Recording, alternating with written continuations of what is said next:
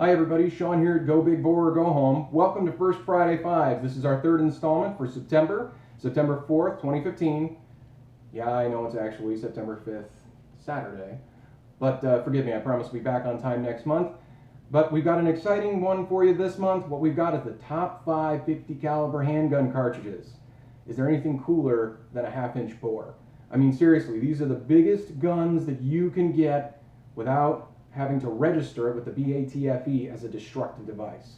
So, without further ado, we're going to get moving on in just a second. One quick disclaimer. I'm aware, as some people are going to bring about, yes, you can get 50 caliber rifle cartridges in a handgun. But to me, that's really a different kind of conversion and a different kind of animal than what we're doing here. All the cartridges included were designed as handgun cartridges for handguns.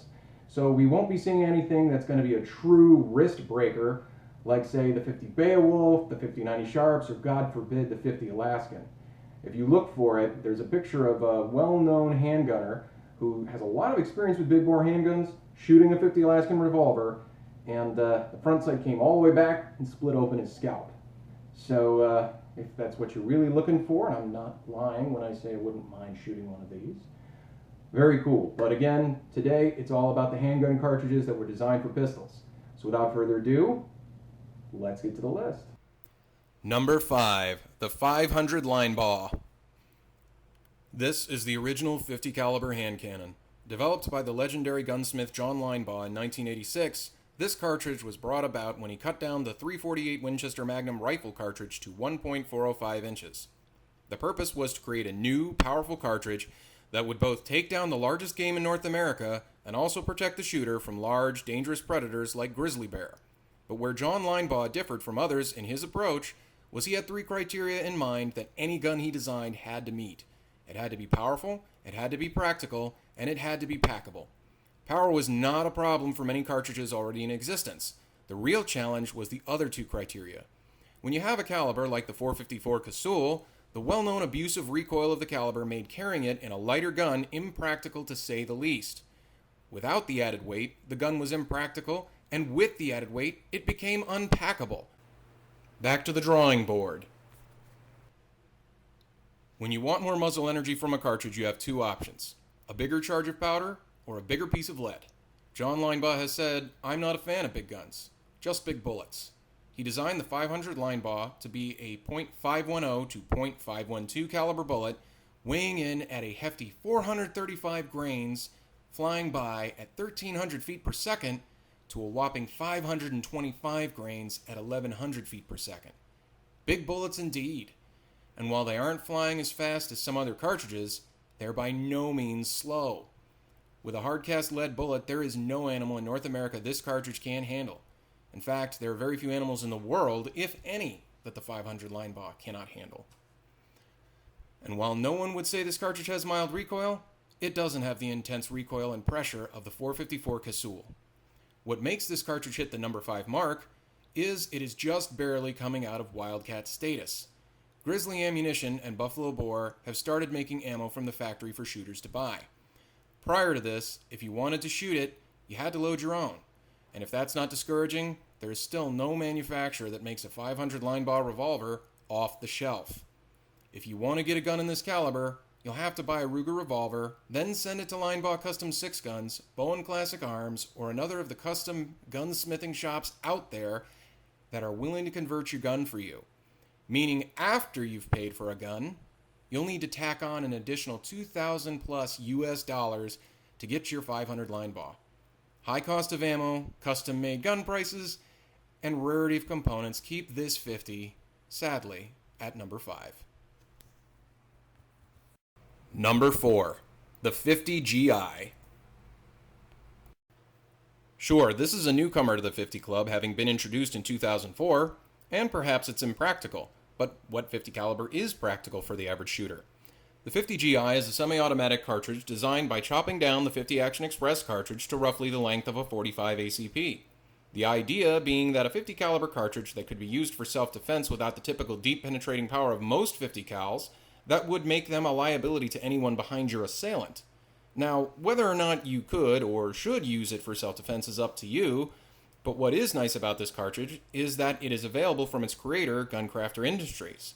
Not only do they make ammunition, they also make full-on 1911 style pistols chambered in the round. And if you own a Glock 20 or 21, you can convert your Glock to a 50 GI and convert it back, if you want to go back to your original caliber, for the price of around $600 to $700 US. Not bad considering most conversions to other 50 caliber cartridges are permanent and significantly more expensive. But what keeps this cartridge from moving further up the list is that not only is it rare and expensive, but its ballistics aren't that different from a 45 ACP. This makes the 50 caliber bore more novelty than any of the others that are listed here, as it has no additional pros like long distance shooting, better accuracy, or the ability to be used to hunt large game. Number 3. The 500 JRH. Developed by custom gun builder Jack R. Huntington. See what he did there? 500 JRH. Get it? This is a cartridge that was designed to do pretty much what a 500 Linebaugh can do, but with a bullet that is a .500 diameter instead. Being designed by cutting down 500 Smith & Wesson Magnum brass, this cartridge has earned the nickname of 500 Smith & Wesson Short. The ballistics do in fact look similar to a 500 Linebaugh achieving its goals. The biggest downside is that the only known manufacturer to make stock 500 JRH revolvers is Magnum Research with their BFR. However, custom gun makers can make you one, such as Jack R. Huntington himself.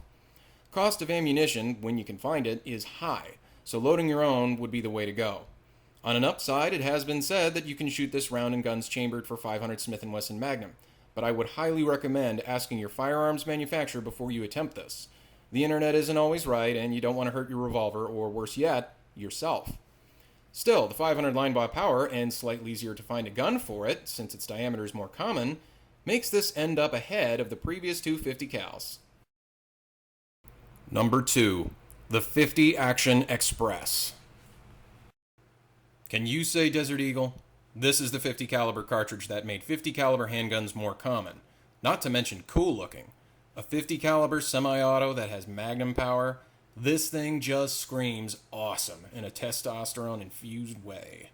Developed in 1988, it was designed for the Desert Eagle itself, and they started with the rim of the 44 Magnum cartridge so they could use the same bolt as the 44 Magnum Desert Eagle. The cartridge has gobs of power and has been used by hunters to take down some pretty big game.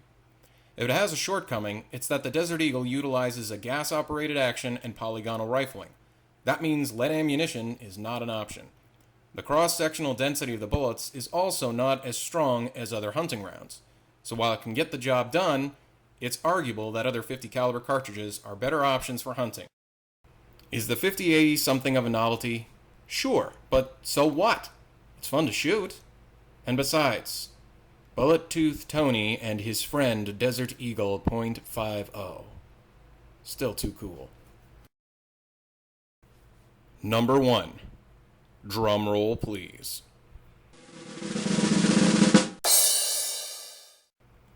The 500 Smith & Wesson Magnum.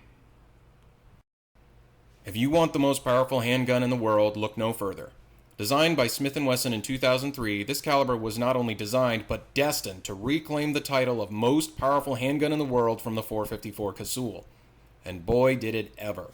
With a wide variety of bullet options ranging in weights from 350 grains to a whopping 700 grains, these slugs will hit like the handgun equivalent of Thor's hammer.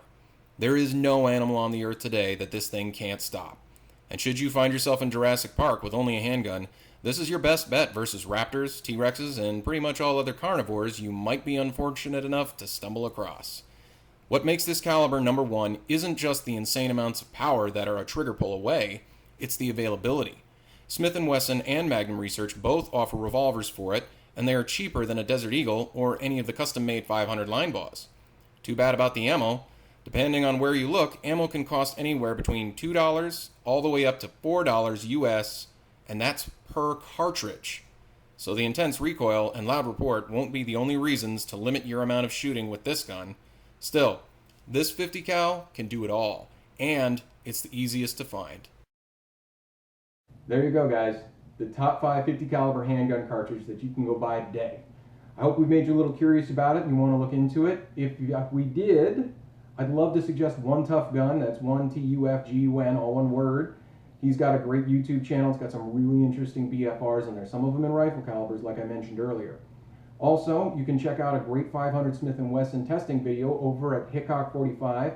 It's not only fun to watch him shoot the gong, which I think he's got at 100 yards, but also watching him shoot 2-liter water bottles, destroy watermelons, and even bust down cinder blocks. Great video if you've got a minute to check him out. Big fan of his channel. Anyway, though, I hope you enjoyed the list. Join us again in October for another episode of First Friday Fives, where, well, I'm still deciding what we're going to do. If you enjoyed this video, please click like and subscribe to us for more content. We'd love to see you visit our webpage on Facebook at Go Big Boar or Go Home. Thanks so much. This is Sean, and remember, go big boar or go home.